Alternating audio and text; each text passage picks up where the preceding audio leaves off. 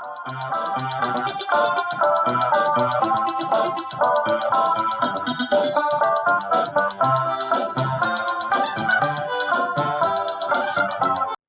students, ప్రస్తుత రోజుల్లో competitive exams చాలా ఎక్కువగా జరుగుతున్నాయి. కాంపిటీషన్ కూడా చాలా ఎక్కువగా ఉంటుంది. అంటే జేఈ మెయిన్స్ కానివ్వండి, నీట్ కానివ్వండి, ఎంసెట్ కానివ్వండి, పోటీతత్వం బాగా పెరిగింది. స్టూడెంట్స్ కూడా చాలా కాంపిటేటివ్ స్పిరిట్తో ప్రిపేర్ అవుతున్నారు. ఈ పోటీ ప్రపంచంలో మీరు తట్టుకొని నిలబడాలంటే ఇంటర్మీడియట్ స్థాయికి సంబంధించిన అంశాలపై ఫౌండేషన్గా 8th, 9th, 10th క్లాసులోనే నేర్చుకుంటే చాలా ఉపయోగకరంగా ఉంటుందనే ఉద్దేశంతో ఐఐటి ఫౌండేషన్ కోర్సు అనేది వీడియో చేయడం జరిగింది. ఈ video 8th, 9th, 10th class students అందరూ కూడా ప్రిపేర్ అయ్యి ఫౌండేషన్ డెవలప్ చేసుకోవాల్సిందిగా కోరుతున్నాను.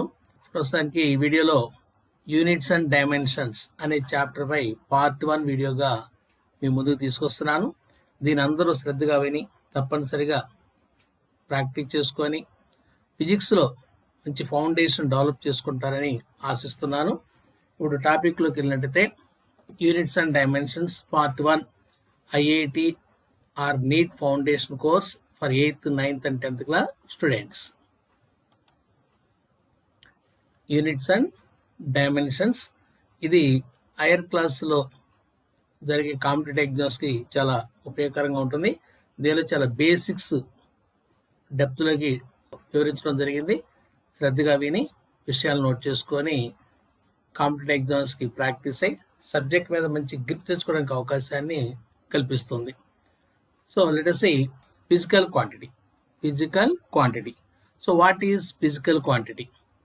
Any quantity which can be measured directly or indirectly is called physical quantity.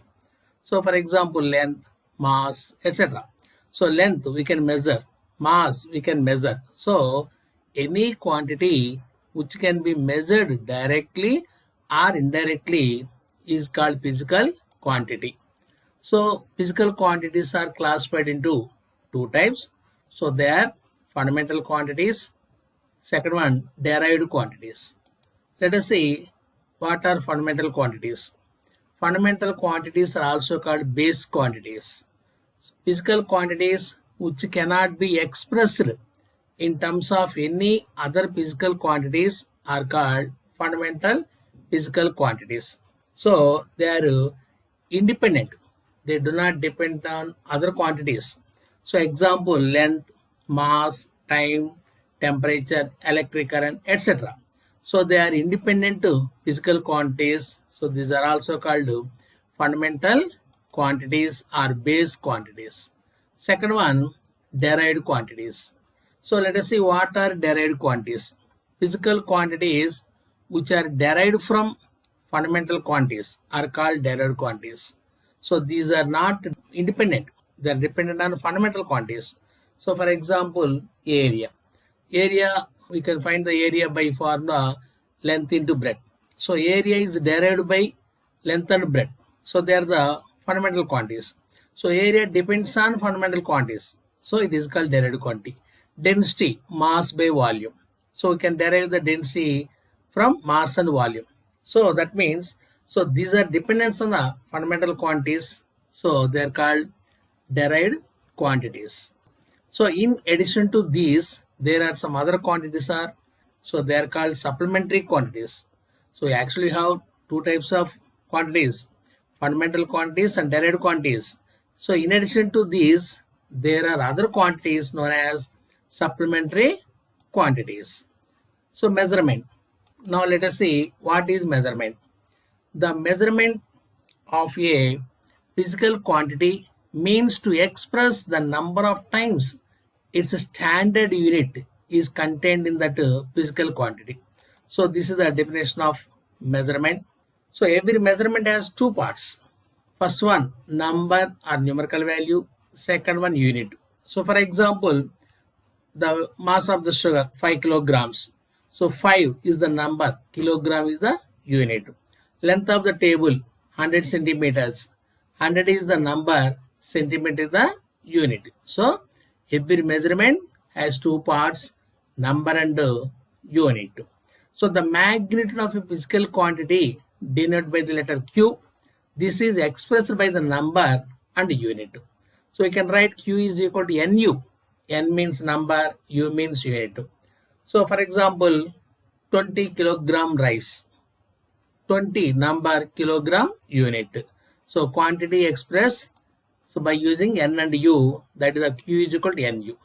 N means number. N changes with the choice of unit, but Q does not change with the choice of unit. The numerical value N is small if size of the unit chosen is large. So NU is always constant. So we can write the formula N1 U1 is equal to N2 U2. So in the first system, N1 number, U1 unit. In the another system, N2 number, U2 unit. So for example, 1 meter is equal to 100 centimeter. In the first system, one number is small, meter is big. 100 centimeters. In the second system, 100 number is big, centimeter is the small. So unit of physical quantity. Let us see what is unit. To measure a physical quantity, we need a standard of the same quantity. It is called a unit. So to measure a physical quantity, we need a standard of the same quantity. It is called a unit. So units are two types: fundamental units, derived units. So let us see what is fundamental unit. The unit used to measure the fundamental quantity is called fundamental unit. So for example, length is the fundamental quantity. So its unit is the meter. So meter is called fundamental unit. Why? Meter for length. Kilogram is also called fundamental unit. So kilogram for mass. Mass is the fundamental quantity. Okay. So derived unit. The unit used to measure the derived quantity is called derived unit. For example, area. Area is the derived unit. Its unit meter square. So if area is the derived quantity, meter square is called derived unit. So density, derived quantity. Its unit, gram per cubic centimeter, also derived unit. So the unit used to measure the derived quantity is called derived unit. So principal systems of units. So to measure the units, some systems are there. So the earlier systems and the latest system are there. So we have 4 systems. They are 1 CGS system or metric system, 2 FPS system or British system, 3 MK system, latest one SI system. SI means international system. So the fundamental units in the earlier system are shown in the table. So the earlier systems explained only fundamental units only. Now let us see. So in CGS system, the unit of length is centimeter, unit of mass is gram, unit of time is second. In MK system, unit of length is meter, unit of mass is kilogram, unit of time is second. In FPS system, unit of length is foot, unit of mass is pound, unit of time is second. So the latest system is the SI system. SI units. The SI units were formally introduced in 1960 and have been accepted by all the countries for scientific work. In this system, 7 base quantities are there. They are mass, length, time, electric current, temperature, luminous intensity, and quantity of matter. So in earlier system, only 3 fundamental quantities are there: mass, length, time. But in latest system, SI system, 7 fundamental quantities are there. So they are length, mass, time, electric current, temperature, luminous intensity, quantity of matter. So the length unit is meter denoted by M. Mass unit is kilogram denoted by kg. Time unit is second denoted by S. Electric current unit is ampere denoted by capital letter A. Temperature unit is Kelvin, denoted by capital letter K. Luminous intensity unit is candela, denoted by CD. Quantity of matter unit is mole, denoted by MOL. So these are the 7 fundamental quantities. So in addition to these 7 base quantities, we have 2 more supplementary quantities. So they are: one, plane angle, its unit is radian, it is denoted by rad. Second one, solid angle, its unit is steradian, denoted by SR. So these are the supplementary quantities in addition to fundamental quantities. Now let us say practical units for large distances. So we can measure small distances and large distances. Some special units are there to measure the large distances. Large distances means the distance between Earth to Moon, Earth to planet, Earth to Sun, like that. So let us see practical units for large distances. First one, astronomical unit, denoted by AU. So it is the mean distance between the centers of Earth and Sun.